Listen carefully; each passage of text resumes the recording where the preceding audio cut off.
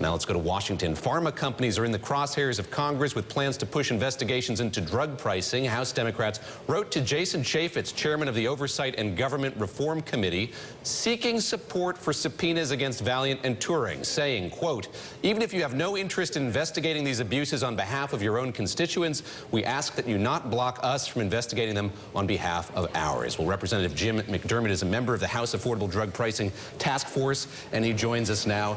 Clear something up for me first here. Has Jason Chaffetz said that he does not want to have these executives come before the committee? Has he ruled it out completely, or is he just stalling?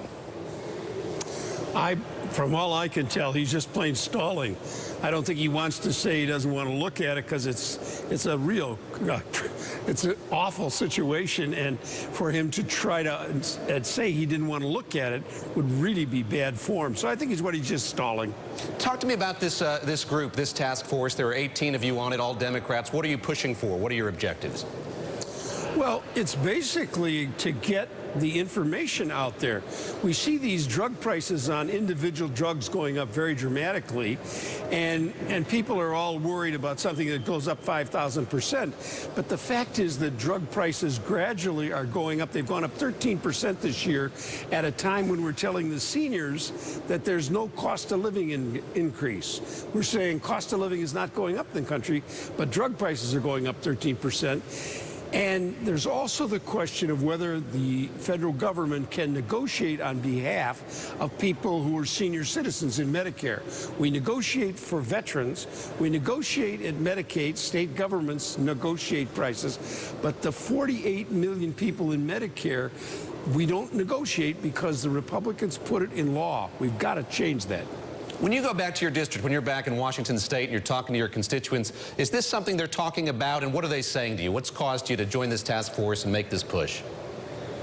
Well, everyone who is, as you get older, things happen. The wheels fall off your wagon, and you increasingly are relying on drugs for one thing or another, whether it's heart medicine or blood pressure or whatever.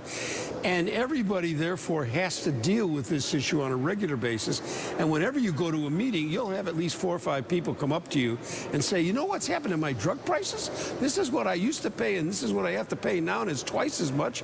And everybody has a story they're telling you, and the most you can say is, well, I'll go back to Washington and see what we can do about it. And I wrote a letter. I'm the ranking member on the Democratic Health Subcommittee in the Ways and Means. I wrote a letter to the chairman saying, let's have hearings. I did it a month ago. I haven't heard a word from him.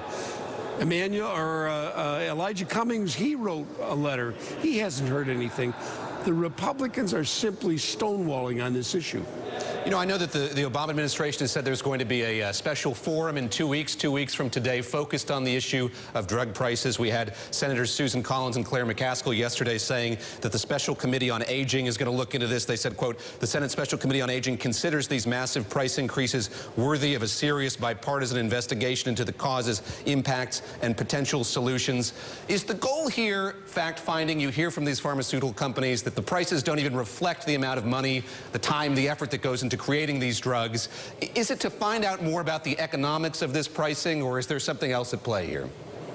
No, it's basically fact-finding. The drug companies say we need all this money because we are using it for innovation. But the fact is, an awful lot of their money goes into advertising of blockbuster drugs that they have. And that means the more money they bring in, the more goes to their stockholders. And the more they can get out of the public can't do without the medication. So the people are kind of caught between the drug company's claims and what their pocketbook says. And what we're trying to do is find out what's fair. Nobody wants drug companies not to make a living or make a profit. We're not trying to drive that out. But we don't want it to be an extraordinary one that's at the cost of poor people not getting their drugs.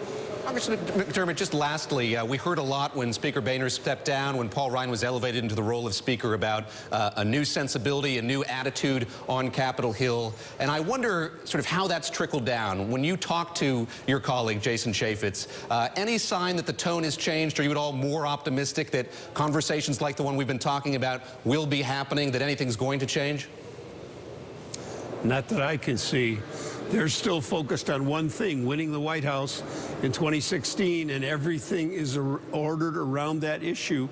And I don't see them opening up and making the system work. The Speaker, Mr. Ryan, said we're going to have regular order. There aren't enough people in this House who even know what regular order is because they weren't here. They have never seen it in the last 10 years. So you are really operating under the same stuff you had under Boehner. And I think the day is going to come when Mr. Ryan's going to face the same problems from these 40 guys in the back of the boat who say no way, our way, or the highway. And I think we're into a very difficult period for this country. All right, Congressman, thank you very much for your time today. Really appreciate it. That's Congressman Jim McDermott joining us from Capitol Hill.